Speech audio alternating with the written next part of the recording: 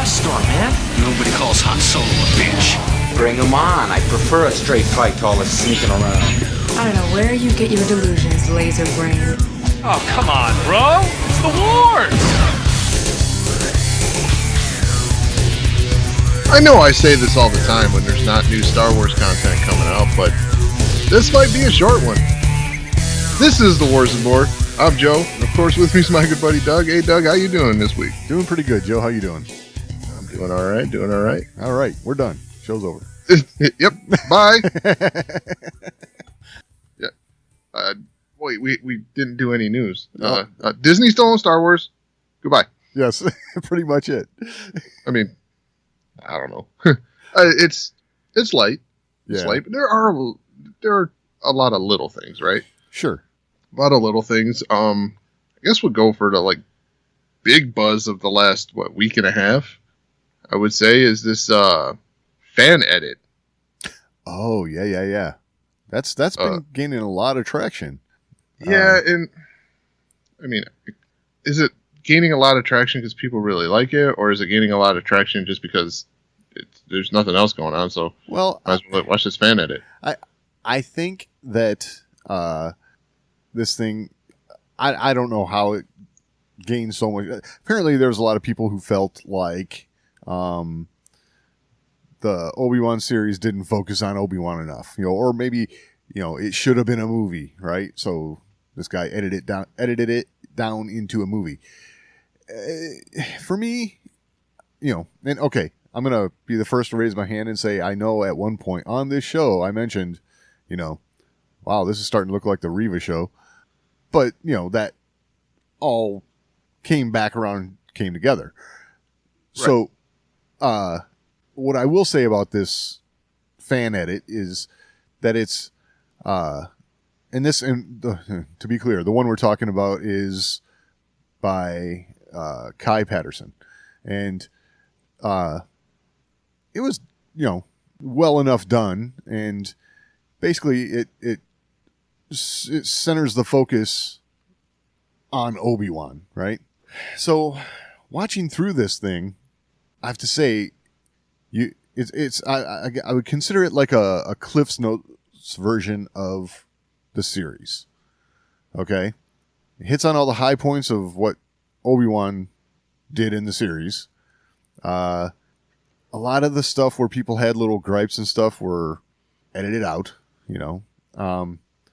and so in that respect, is it a bad thing? No, not necessarily, I guess, but I feel like watching this thing would not have been the same without having the series under my belt already.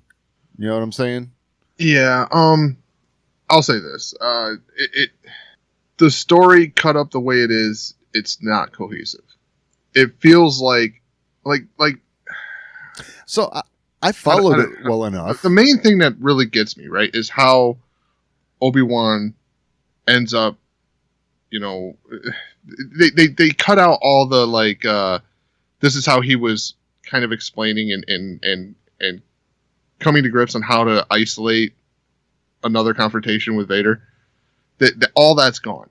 They took the scene where he's remembering Anakin's tendencies and all this stuff with the duel, and it puts that into the duel with Vader. Yes.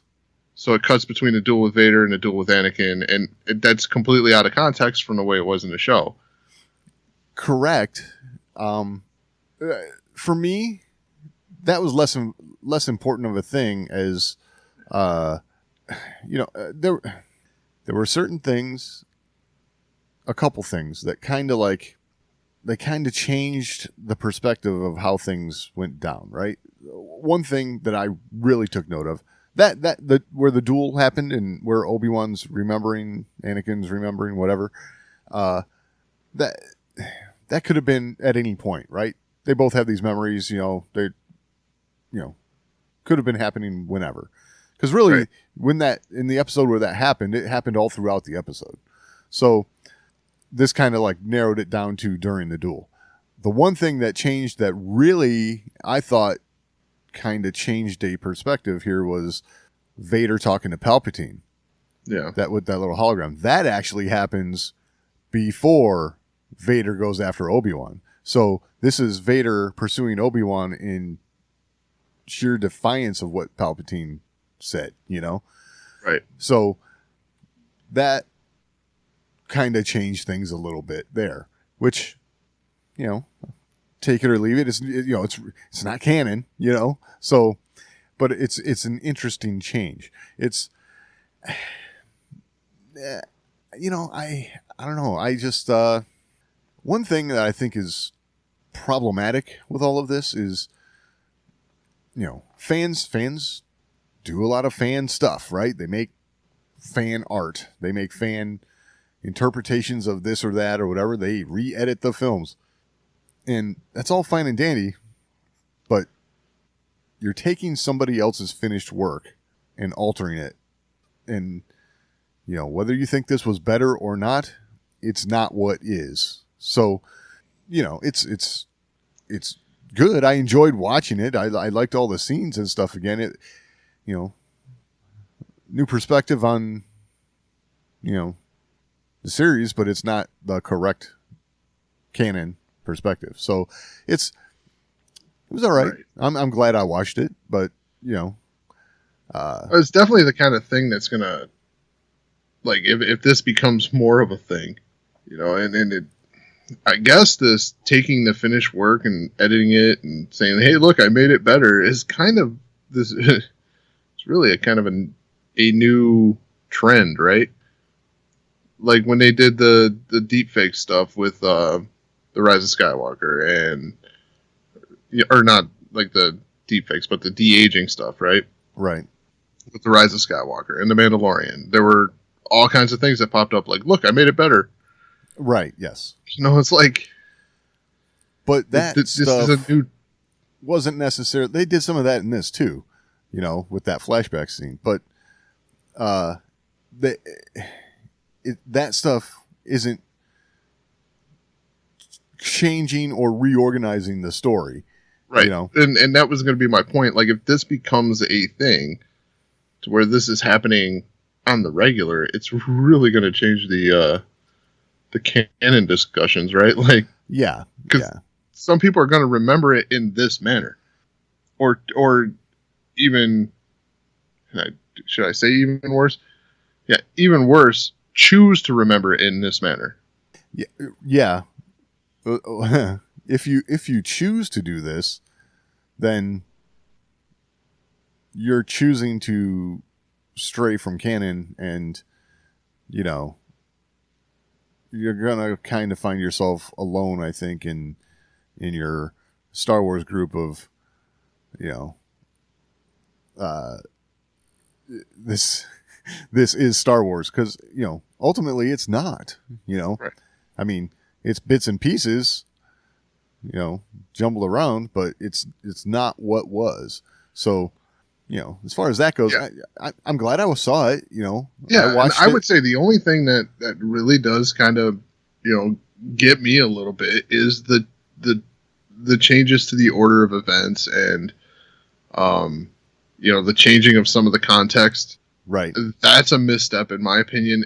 If they would have just tried to make a consolidated edit to where it's like, hey, this is the Kenobi story.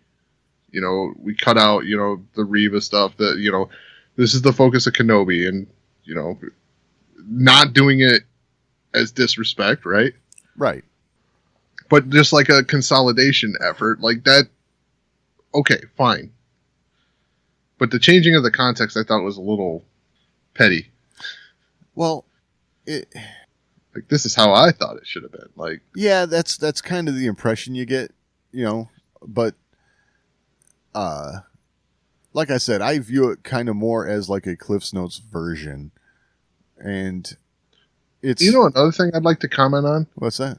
I think before I mentioned, like, it kind of would have been cool to see Battle of the Heroes be used as the music for the fight between Vader and Obi-Wan. Uh-huh. Well, he did it in this. I gotta say, I don't like it as much. Okay, well, good. I mean, so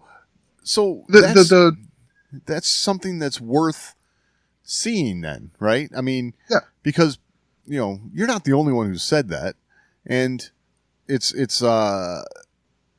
gives you the opportunity here to actually, see how that would have panned out, and it's like that. I with a lot of this stuff moving forward, I really hesitate to bring a lot of that stuff in. Like a lot of people talk about, man, every time you see Vader marching down a hallway, you should hear the Imperial March, and it's like, during Say these that times, too. I don't know, When he was throwing the boulders, and you Uh-huh. got that portion of the Imperial March, right?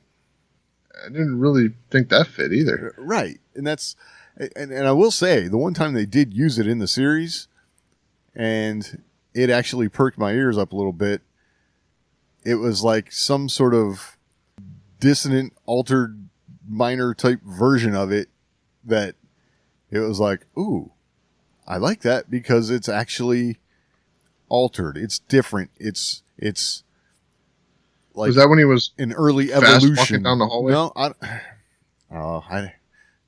I can't. I thought it was when he was on a ship, Oh, it might have been. but It might have been on the bridge. that's what I'm thinking. But it was That panned out version of the bridge when he was making his way to the bridge. I think so. So I think that's where we saw it. it was a different version, though. You know what I'm saying? It was Right. not the traditional John Williams version, and it kind of fit because in my head, it's like, oh, this is like that version of Vader evolving to what we know. You know what I'm saying? Of Vader. So I just, was it worth a watch? I'd say yes, it was worth a watch, but I probably won't watch it again, to be honest. Yeah. I will revert back to when I want to watch Obi-Wan, I'm going to load the series back up because, that's what it is. That's what Star Wars is, moving forward. So, I mean, certainly this was this guy showcasing his talents, which, He's got talents. good on you. But, again, you're altering someone else's work. I just, let that be what it is and move forward. Yeah. I just want to circle back to my comments about Battle of the Heroes. Sure. And why it just like it seemed like a good idea, right? Like it just like, hey, we're picking up where we left off. It seems like a good idea that this would be the music, right? Right. But it just hit differently, right? When you Well, yeah. listen to that music and you think of it in the context of the Battle of Mustafar, the battle on Mustafar, Anakin's falling, right? Yeah, Your hero is falling. exactly. And the way that music hits, it really highlights that. Right. It hits differently when he's already gone. Already gone, and what we have here is a fully fleshed out villain. Yeah. Right. When he's the villain, it hits differently. Yeah, totally. When your heart is breaking because your hero is becoming the villain, it hits harder. Yes. And for everyone who's, who grew up with the prequels, that is, I get it why you in particular, and so many your age, who grew up with those prequels, that music at that point with that scenario going down hit as hard as it did. I mean, it did for me too, but it, had to be doubly so for all of you, So yeah. I mean, that's, and taking it out of that context, you're right. It loses something. Yeah. Especially when it was the first Star Wars that was the first series of Star Wars movies I got to see in the theaters. Right. And we all know Star Wars hits different on the big screen than it does on the small screen. Sure. It just does. Yeah. And a lot of it's because of the music and the way the sound is in a movie theater. Yep. It it really penetrates, right? Yeah. So, yeah, I mean that emotion, it's different level, and it didn't work in this as much because it's just not the same scenario. You know, it's yeah, all around. I mean, you know, you're talking about the experience of seeing it. You know, couple that with, you know, different scenario of where the characters are at, and at this point there is no more battle of the heroes. You know, there's he did do one thing in this edit that absolutely pissed me off. When Bail Organa is in Obi-Wan's cave, yeah, and Obi-Wan walks up to his back. Oh yeah, okay, yeah. I was gonna. Hello there. That. I forgot. Stop. You took it out where they actually put it in, and had to reinsert it there, and it was like, oh, that was cringy for sure. That was very cringy. That was a very, very cringy moment. And like, if they would have done it there, I'd have said the same thing. Yeah, absolutely. It worked with him talking to a child. Right. Yeah, absolutely. I did cringe in that moment. I have to agree with you. That was tough. If you're going to take it out where he walks up and says it to Luke, just don't put it back in. That's fine. So yeah, that was bad. That was bad. All right, yeah, so yeah, worth the watch. Yeah, go check it out. You'll see what we're getting at here. If you're one of those people who thinks, well, this is a way better version, well, we will all be free to disagree then. Yeah, I mean, you're entitled to your opinion, and you may feel it's a better version, but it don't count. Right. Exactly. It's true. Totally true. All right. Where do we go from here? Simon Pegg. Oh, we were talking about prequels, weren't we? We were talking about prequels, and it just kind of seems appropriate to bring this up now. So, Simon Pegg was asked which fandom was the hardest to please. And he quickly says, Star Wars. Yes. I just got to throw this out there right at the top. You know, this seems like one of those staged questions to me. Like, he walks in for the interview, is like, okay, what things do you want to talk about? I want to talk about this. You know, it seems like one of those type of questions. Like, okay, we'll work into that, you know, because where would that come from? It just seems like an odd question that, you know, yes, he's worked on a lot of different stuff, but why a fandom would be hard to please is a question. It's like, don't you just make stuff that you think is going to be good, and if people like it, great? I mean, isn't that how it's supposed to work? And he acted in Star Wars, but what Star Wars stuff did he write, produce? Oh, yeah. I mean, how do you know how hard it is to please? I don't know. Exactly. You know, and I gotta say, best performance ever? No. But I mean, you know, did his performance in Star Wars bother me? Not really. You know, so it only did because, okay, let's clear the air here. Simon Pegg's appearance in Star Wars bothered me. Oh, it did. It did. Okay. It did, because when it comes to Star Wars, and, you know, I've made it no secret, I am a huge fan of the prequels. I'm a prequel era kid. Yeah, of course. Simon Pegg was completely out of line and unfair with his prequels comments. Absolutely. For years and years and years. Yeah.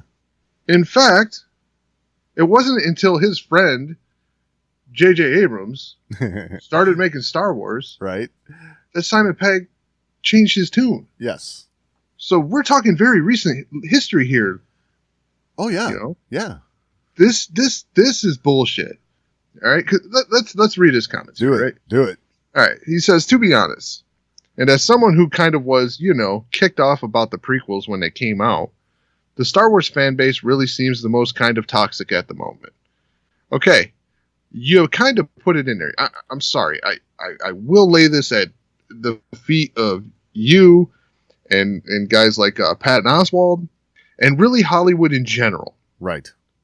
because you all made like bashing Star Wars the in vogue thing to do, and he does say he's like I'm probably being very controversial to say that. Yeah, because you were an ass. Exactly. So, and then he goes on to say, I've apologized for the things that I said about, Jar Jar Binks. Because, of course, there was a effing actor involved. He was getting a lot of flack, and it was a human being. And because it got a lot of hate, he suffered, and I feel terrible about being part of that. Okay, at least you realize that you actually affected a person. But coming back and saying you're sorry this far out. Right. I mean, dude.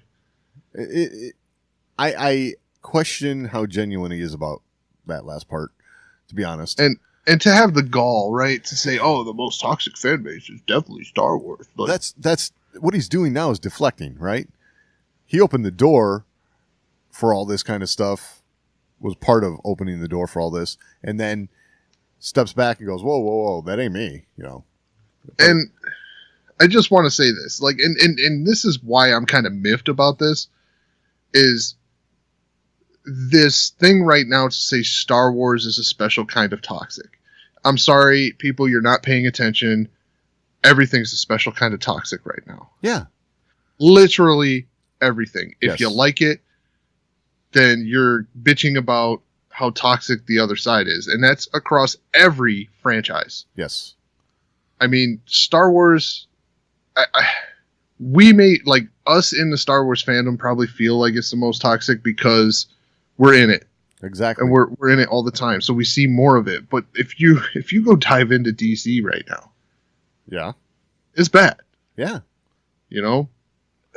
I mean, the only one that I would say is not a super kind of toxic is Marvel. Right. I knew you were going to say that. Because, man, I don't get it. Marvel fans just love everything they do, no matter what. I got to be honest, I don't get it either. Because, yeah. To them, they just, the Marvel franchise is just like farting rainbows, dude. Like, it's the weirdest thing. But, so I had a thought on this, okay? Because growing up, I'm talking original trilogy era, okay? You had the Star Wars fans, and there were a lot of them, okay? And then you had everybody's into their own things, okay? But you had the people who were not into Star Wars, okay? Like, they were into sports, or they were into whatever, cars, they were into other things and had no interest in this science fantasy, whatever, blah, blah, blah, right? That's the way they acted about it. But you had some people who were kind of straddling the line between two different sets of friends kind of thing, right? So they would act one way with their Star Wars friends and act another with their friends who didn't dig it. And this is exactly the type of person that Simon Pegg is reminding me of. I'm going to bash it when I think it's cool, and I'm going to come back and say, "Oh no, this, that was bad, but I said that, but it's all good now." That's the type of person it reminds me of. Yeah. Yeah, but his is even worse than that, right? Because he was a vocal Star Wars quote fan. But he was an original trilogy fan, and everything else was shit in his opinion. Sure. I mean, and I'm pretty sure he said something along those lines along the way, Right. I mean, let's talk about, like, this group right here, like your Simon Peggs, your Patton Oswalt. I mean, Patton Oswalt did a bit about, like, beating George Lucas to death with a shovel. Yes. Now, that was part of a comedy bit. I'm going to give understand that leeway, but it's also kind of like, wow, you're going there? Yeah, I get it. And that's why I did say he did a bit about. Yeah, I just want to I want to throw that caveat out there, make sure everyone's clear on that, because right, comedy is comedy, but this, I'm just saying that this attitude, this was cool to do. Absolutely, it's the sort of thing that could help, like, elevate you in the milieu of Hollywood, right? I mean, it's Right. Yeah, like you were saying earlier.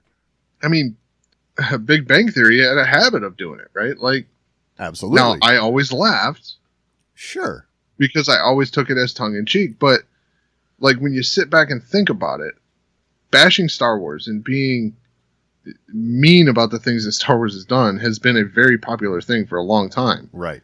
And now all of a sudden we're surprised that there's this kind of thing going on in the days of social media. Right. You know, and when you get on social media, you see how everything devolves, right? Like it not all the time, but a lot of times when it starts to get really bad, it starts out with someone's criticism. Sure. And then it gets worse, and then it gets worse. Like the other side that liked it, like, attacks, Yes. and then they counterattack, and it gets worse. And they, the other side counterattacks again, and it gets worse. It's this devolving thing. It's not like it's just coming out and outright being toxic all the time. No, it's a progressive thing, and it's the internet. So every time someone says something, you got to one up them. Yeah. And I will say this: I think social media has been a catalyst for people feeling like they can simply go on the attack and never have a conversation, but just slowly spread further and further apart from the person that they're trying to interact with. It's just weird. Like, it seems like people are surprised that the internet's toxic. right. Like, I've been online gaming for a long time, dude. I've literally had people tell me they hope I get cancer and die. Sure. Like, the internet's just a toxic place. It's disgusting. And it's this feeling of, they can't get me. Right. Exactly. It's the anonymity that, emboldens them. So his stuff was a little different. He said it to your face. Sure. And, and it gave a lot of those people with that anonymity license to act in a similar fashion. He was a very public figure, and, it's to come back these many years later and say, sorry. It's like, okay, but yeah, if you did it. Honestly, if you think it's bad now, though, like, you should go back to the, like, message boards and stuff back in the day. See, when you wouldn't get banned for anything. Right. There was always a comment. Now, I'm not saying it, like, right now, it's the popular thing to do, and a lot of people are doing it. A lot more people are doing it, right? But the really bad comments back in the day were really bad. Right. Because you didn't get banned. Exactly. Yeah, that never used to be a thing like that, like it is now. And you were truly anonymous. Yeah. I will say, I feel like, people like him, like Patton Oswalt and things like that, and I'm not trying to say this to diminish anything, okay? But this is you and I coming at this from different perspectives. I didn't pay that much attention to this when it was going on back then, right? So it didn't hit me like it hit you, I think. Well, like, to be honest, like, it didn't really hit me as much back then. Okay. Some of it did, but I mean, it didn't really, like, affect me. It's not like they affected my daily life with the bullshit they were saying. No. They never did. It was when they all started to backpedal that I'm really like, oh, really? Yeah. I don't know. I just feel like there's something in him wanting to backtrack all this, and this is, I still feel like this was a forced question, like it kind of comes out of nowhere, right? Which fandom is the hardest to please? I just don't. When you're creating quote unquote art, you create the art in a collaborative effort with all those involved, and you hope people like it. That's how it's supposed to go. You're not out there supposed to be trying to please the fan base. You want to make something they're going to like, yes, but you know what I'm saying? It's, you make what you make and hope it does well. It's just kind of an odd question, and I think it was put there in order for him to say these things. Oh, I mean, absolutely. He's probably working on something else Star Trek. It's And this possible. was a promotion. Sure. That wouldn't surprise Because he me went one on to bit. say Star Wars fans have always been very, very inclusive. Or, yeah, Star Trek fans? Star Yeah. Trek fans, yeah. Sure. Go check out the comments for Discovery. Like, you know, it's this is not true. Right. This is blatantly false. Yeah. I don't get it. So that makes me think he's under contract. Yeah, it wouldn't surprise me. That's kind of how all this stuff works these days, isn't it? And I'd hate to break it to you, but a lot of those Star Trek fans that have been very, very inclusive, yeah, they're also Star Wars fans. Yeah, exactly. Weird. It is totally weird. Yeah, I have no problem saying this, dude. You're a dick. And you know from the years you've known me, like long before he changed his tune, and you know, got cast in The Force Awakens. You knew me long before that. Sure. I've always disliked this guy. Yeah, it's true. It is true. I've always complained about his comments Right. about the prequels and stuff. Right. And like to see him backpedal now and say, "Oh, I feel very bad about it." Yeah. Dude, stop. Yeah. You're just trying not to be labeled the catalyst for this crap. Exactly. Did what you did. Own it. You're part of the catalyst for this crap. Exactly. The thing with these kinds of comments and doing things like this is it's a one-up game. It starts here and then it just keeps escalating. Yep. It's how this stuff works. And I mean, if you don't believe me, go look at any Twitter feed. Right. It always starts out kind of benign and it just goes nuts. So, yeah. I don't know. It's definitely, I will definitely agree that there is a lot of toxicity in fandom right now, but like I said, that it's a misnomer because all fandoms are toxic right now. You know, okay, this is going to go into a general, speaking in general here, right? Never before have we had, as fans, the opportunity to give feedback to creators like we have. You know, we've talked about this before, right? But since we can, you're going to get all kinds of quote unquote feedback, and some of it's just going to be trash. So, you know, that's just how it's going to be. I mean, that trash is going to spill into, you know, some fans, you know, hey, I really dug that thing you made. Other fans, that thing sucks. Okay, now those two fans are fighting with each other. You know, that's and then like I said, it escalates. Exactly. And that's what we have to step back and realize is that, you know, there was once a day when, you know, they made a movie, they put it out there, you either liked it or you didn't. You talked about it with your friends, and that's it. That's as far as it went. You know, you were still friends, and you went, you know, played schoolyard basketball after that or something. You know, it's like it's not.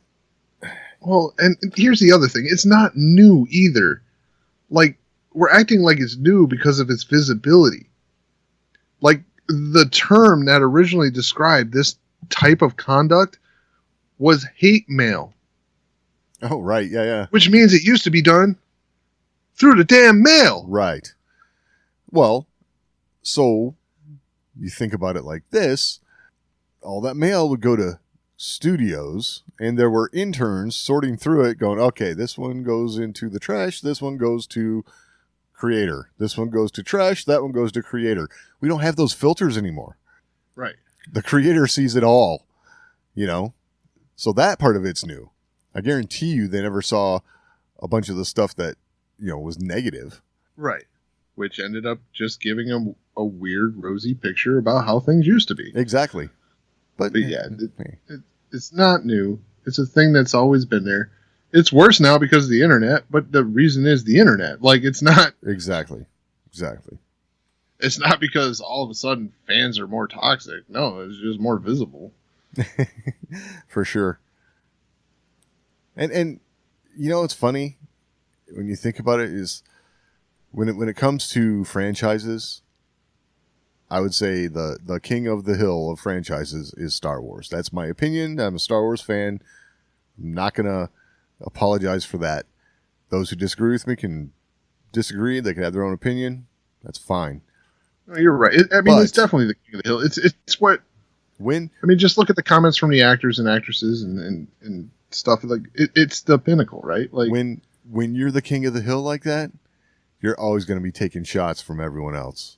Yeah. So they want you off the hill. That's how it goes. Yep. Yeah, it's as much under attack from within as it is from without. Yeah, for sure. And like I said, dude, seriously, everybody, go look at every other fandom. It's just as bad. The internet sucks. It's just what it is. Yep. The internet is a very crappy place to be. It just is. Yep. You know, I mean, even look at your daily lives, right? It's not just the internet. Everywhere, all around, people are just being nasty to each other now. That's true. It seems that way. See, and that's the beauty part about Star Wars. You know, when you want to just escape from that for a couple hours, that's when you pop in Star Wars and just watch it. And yep. And my advice is, if you want to remain happy about it, just keep it, just keep it held tight, right? Like keep it to yourself. Like you will be happier for it. Sure. Keep it as your moment. You know, your time. Your time. Enjoy it, and you know, and don't let anybody. That's the key. Knock what you like. Right, exactly. That's the key. If someone else doesn't like it, cool. Hey, yeah. Don't like it? Awesome. That's cool. You're That's entitled cool to your for you. opinion. Yep. Not me. Dig it. So. All right. Gremlins. Awesome movie. It is. It's like an old school movie. Yeah. But did you know that Grogu is a blatant ripoff of the Mogwai? Oh. Oh, yeah. Wait. Didn't we have this other character called Yoda? Yoda? Yeah. Yeah, we did. We did. And pretty sure it was before the Mogwai. Weird. I mean, some would argue, and a lot are, that the Mogwai are a ripoff of Yoda. You might make that association there, yeah. So I had to look it up just because, you know, I knew that we were heading this way with that, you know, who ripped off who. Yeah, so Empire Strikes Back, the introduction of Yoda, came out in 1980. Gremlins was in 1984. Huh. So, okay, kind of funny. So Wait a second. So you're telling me not only was it after Yoda, but it was also after Ewoks? Oh. So if you take Yoda and an Ewok and you combine the two, wow. what do you get? Mogwai. Mogwai. Don't feed Ewoks after midnight. Yeah. Now, I will say this. I really hope this dude's thinking about, like, doing another Gremlins movie. Exactly. Just just to promote it. Yeah. Heck yeah. I agree. Because if it is, good move, sir. Yes. Yeah. This is what we call viral marketing. Now, otherwise, I think you're looking kind of foolish right now. Exactly. I mean, you think, okay, what would Yoda look like as a baby? Oh yeah, Grogu, not Gizmo. So, just saying. I mean, let me put it this way: if the Mogwai predated Yoda, I would say yes, Baby Yoda would be a ripoff of the Mogwai. Yeah, I mean, maybe you could make the argument. It's a stretch. I mean, we're talking about an almost 40-year-old movie here, 28 years ago. It's, you know, are they reaching that far back for inspiration?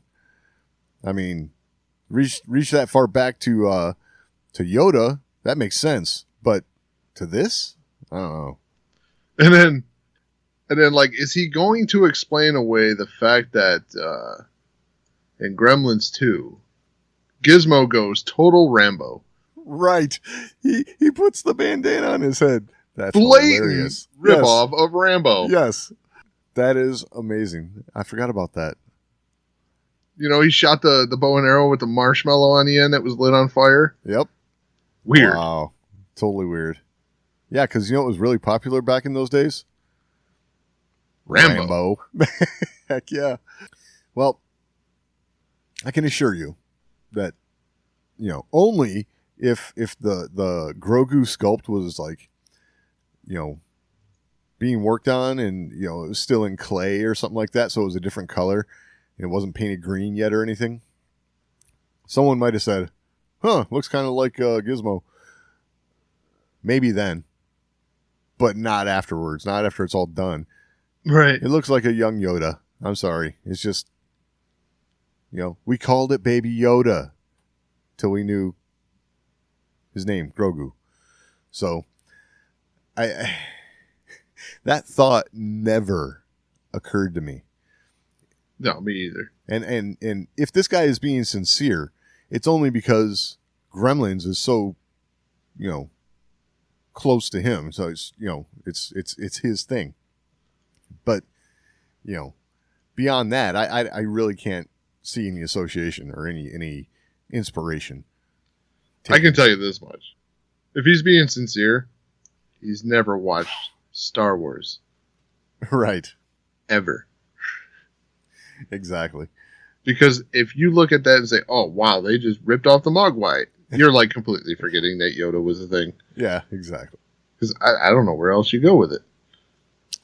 How else do you make a baby of that species? I mean, it's going to look like that. Yes. That's what it's going to look like. So, okay, before we get further here, I think we should read his quote because this is, you know, it's either genius marketing or it's like completely being out of touch. It's especially the end. So he says, I think the longevity of the film is really key to this one character, Gizmo, who is essentially like a baby. Okay, that's fair, right? Yeah. Which brings me, of course, to the subject of Baby Yoda, who is completely stolen and is just out and out copied. Shamelessly, I would think. I mean, is he getting that blatant because he honestly feels this way? Or is he doing this as kind of like a promotional stunt?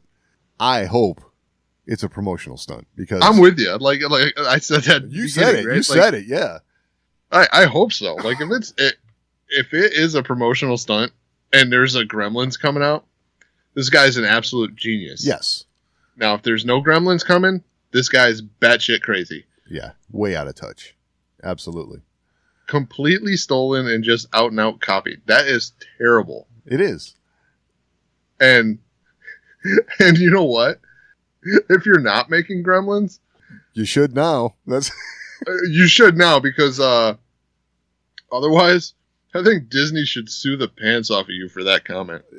I'm sure they have a team of lawyers going, oh, okay, how can we get this? What can we do here? Yeah. Or they're looking at, okay, how much would it cost us to buy the Gremlins franchise? Exactly. Maybe that's what he's doing. It's possible. That could be the plan right from the get-go. Absolutely. Does Joe Dante own the Gremlins? I don't know. Dude. I'm Googling that. Just put it in just like that. Yeah. Maybe he's gonna, you know, even if he doesn't own it, you know, maybe the owner contacted him and is like, hey, I got an idea. I'll cut you in on the deal. You know? All I need is for you to say something. Who owns the Gremlins franchise? Now it'd be hilarious if it was Disney. No, the owner, Mr. Wing? I have no idea. That does not seem right. That seems like a wrong. Like he was just a director, right? He didn't like write Gremlins. I don't know. It says filmmaker, and I got to be honest with you, I'm not familiar with the extent of his work. Directed by Joe Dante and written by Chris Columbus. Yeah, so it's not written by him. It was produced by Warner Brothers. Oh, there you go. Amblin. So Warner Brothers probably still owns the crap out of that. Right. Warner Brothers does not let stuff go. Right. That's funny. Yeah, I don't know. I think it's just it's comical. Oh, it's definitely comical to think about. I can't see how you make the association between Gizmo and Grogu before you make the association between Yoda and Grogu. It's you know, that's beyond me. And there's got to be something behind this. You know, this doing remakes and sequels from decades old franchises. You know, seems to be a popular thing. This could be like the opening. What would you call it? Like putting feelers out there to see what the public might think of the idea. So you never know. It could be something like that. Yeah. He probably just wants to do another one, and he's just putting it back into the lexicon there. Yeah, exactly. Hey, you remember Gremlins? I need to be relevant again. Let's go. I'm like, damn. He says outright stolen. I know. That's the part that gets me is he's so blatant about what he's saying here. He's so, it's like, shamelessly. It's like, wait a minute. So potentially slanderous. Exactly. Exactly. Yeah. I mean, completely stolen and out copied. If that were a true statement, why don't you have lawsuits? You know what I mean? He would lose. I mean, let's get that straight right up front. He'd lose. And that's why he doesn't have lawsuits. So saying it doesn't I feel make like it true. Disney should be an ass about it and just say, no, we're chalking this up to fair use. Right. Wow. Okay. We changed enough of it. It's fair use. Now, you know, to be fair, we did talk about a fan edit of their stuff earlier. So, you know. Oh, I'll tell you what, it was not fair use. That fan edit, like, if he were to make money off of it, he's getting sued. Well, period. I think we all know he can't make money off it. That's for right. Sure. But, yeah. In all honesty, like, the distribution of that material is probably illegal as hell. Oh, yeah. But, yeah. Either way. Because, right now it's, I don't want to go down this road too much. But right now, Obi-Wan Kenobi's behind a paywall. Yeah. So distributing that outside of that paywall. Right. It's the kind of thing that could really get you hurt. Well, that's why you had to click on the disclaimer saying, yes, I'm a subscriber to Disney Plus. I own episodes 2 and 3. Yeah, all that stuff. Yeah. So you have to agree to all that before you can get it. So, you know, which even still, up in court. What's that? Which won't hold up in court. Right.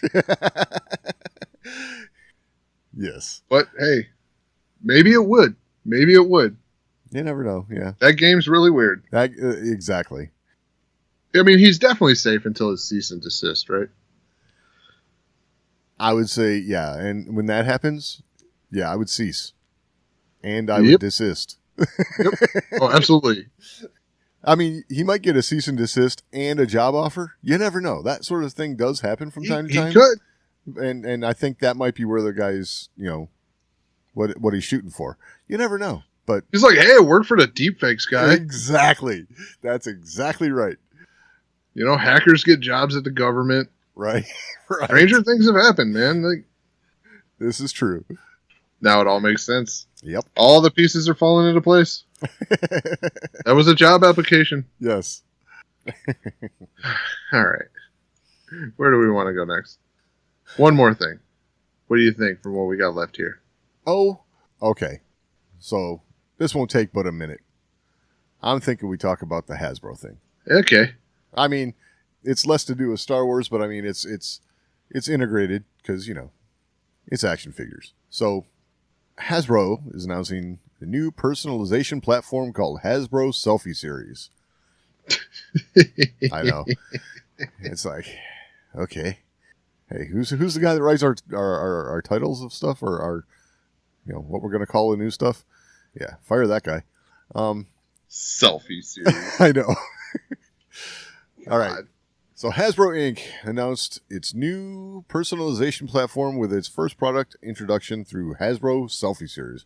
The custom offering allows fans to create a collector-grade 6-inch action figure in their likeness, based on classic to current characters seen across popular films, television series, and comics. Why wouldn't they call it like My Fig or something like that? Something like that would be better. Absolutely. You should call these guys up, Joe. You get a job. Hasbro selfie. Huh? No, I wouldn't. You're right. Hasbro Selfie Series figures will debut with fan favorite character costume designs from G.I. Joe, Ghostbusters, Power Rangers, and Marvel, as well as designs inspired by Star Wars heroes. This one-of-a-kind experience will be launching in fall 2022 exclusively on Hasbro Pulse mobile app for fans age 16 and older in the U.S. only for iOS and Android devices. So, apparently, you'll be able to, like, pick your costume and probably do some sort of a, take a picture of your face, from all angles or something like that, send it into them, and in mail, you'll probably get a figure that looks like you. Well, kind of like you, because let's be real. Uh-huh.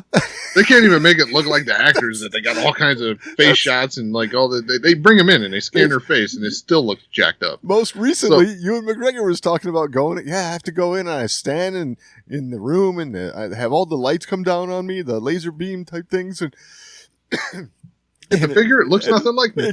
Exactly. I mean, okay. Now here's my thought, right? When you do this, you probably sign all the rights to what you look like away to Hasbro, like they own what you look like now. And, one day down the road, you're going to walk into a Walmart, you're going to see 30 figures hanging from the pegs that look exactly like you. It's like, wait a minute. I didn't sign off on that. It's like, well, yeah, you did. It's I mean, as kids, we would all have loved to have had. Well, first off, you're never going to walk into a store and find 30 Hasbro figures. I'm just going to point that out. I knew you were going to say that. You might see a picture of it online, and then you can never get the figure that actually looks like you. That's going to be the bitch of it, right? Is exactly. You can't actually buy your figure. Right. I love it. So, it's a neat idea. I just gotta, I don't know. Here's my next fear. I don't see pricing anywhere here. I'd also like to mention, I want to interrupt just for 1 second. Feel free. It's cool you're doing this, Hasbro. You're going to make everyone happy with their personalized figures and everything. But where's Asajj Ventress? Right? Had this figure pre-ordered for over a year. Yeah. Yeah, and you can't get that figure. It's pre-ordered, right? And you can't get that figure yet. We're going to create selfie series. Huh? Yet selfie series. Yeah, selfie series. We are going to produce one-off figures in a timely platform or timely manner here. And oh, they didn't say that at all, did they? I don't think so, but. Yeah, they don't give a turnaround time. So you're going to get your figure when you don't look like that anymore. Exactly. That's funny. Your hair on the figure is like brown and your hair is gray. Oh, they are partnering. Okay. So they are partnering with a 3D printing company to make this happen. Oh, okay. This is going to be crap. Well, I mean, with that being said, I'm saying you can make a 3D figure of yourself at home. Yeah, you can. You can actually, yes. So, if they're just gonna 3D print this crap, they're gonna rob you of your money here. Well, I think they have much nicer 3D printers than like commercial grade or consumer grade. So I'm sure. I'm sure. I mean, this Form Labs, I'm sure, is pretty legit. I mean, these are probably going to be resin prints, which are like a completely different process than like the filament additive stuff. But apparently, Form Labs sells 3D printers. Oh, I'm at their site now. ADD, Yeah, sure. But hey, it's a neat idea. I just don't know. I'm just for as much complaint as there's been about, well, their 3D printers are definitely legit. Yeah. Want to hear these prices? Oh, sure. I'd love this. All right, so here's the cheap one. This is our go-to affordable industrial quality desktop 3D printer at $3,750. Hey, that's awesome. So their tier 2 is $10,999. Wow. Next step up, $27,999. Oh wait, here's one for $5,000. So their cheapest one there, that's only about like 15 times what I paid for mine. So. Oh wait, I think I found a cheaper one. Let me go back to the top. Yes, there's a cheaper one. There is a cheaper one. $2,400. Okay. So 10 times what I paid for mine. Okay. Set the industry standard. Huh. They look legit. This one looks like a refrigerator. They can look that way. Yeah, well. Yeah, well. I don't know. It's a neat idea, I guess, but it would be a great idea if it wasn't Hasbro. Well, see, that's what really cracks me up, is there are so many complaints about, Hasbro's performance, and then they're going to do this thing that's going to be totally custom, one-off figures, and how do you reconcile that? You know what I mean? It's I don't know. Not only that, but it's launching fall 2022. Right. I mean, I'm going to say the technology's here. You can do this. Oh yeah. I feel like I'm trying to figure this. I'm looking at their site now too. You got me doing it. Not really seeing it. I would imagine these have to be resin printers, which are going to give you much cleaner prints, as opposed to like additive filament printing. So, which is what most people would know about 3D printing, is filament on a spool, laying down layers. So, looking at the stuff that's printed off of here, it does look like resin printing. That's what I would think, yeah. Yeah, it doesn't look like the filament stuff. That's the stuff that comes out of a vat of goo, basically. But anyway, I don't know. If you ever wanted a Star Wars figure of yourself, like in a X-Wing pilot uniform or something, that'd be cool, but I can only imagine what that's going to cost you to have a one-off custom figure done. Not that, we've ever, as Star Wars fans, let that stop us. It's only money. I mean, they picked a good time, because now I'm like, man, I'd kind of like to see myself as Darth Bane. Ah, yeah. Yeah, I wonder what I would look like as a totally jacked Sith badass. Yeah, exactly. That's funny. Yeah, I'll probably do it. The only problem is you're going to be waiting 6 months for it. And I'll complain about it the whole way. Exactly. It's just sticking to my guns. All right. Well, if you have anything to add, you can always email us, show@thewarsandmore.com. It's the best way to get a hold of us. We're also on social media, @thewarsandmore on Twitter, facebook.com/thewarsandmore, @thewarsandmore on Instagram.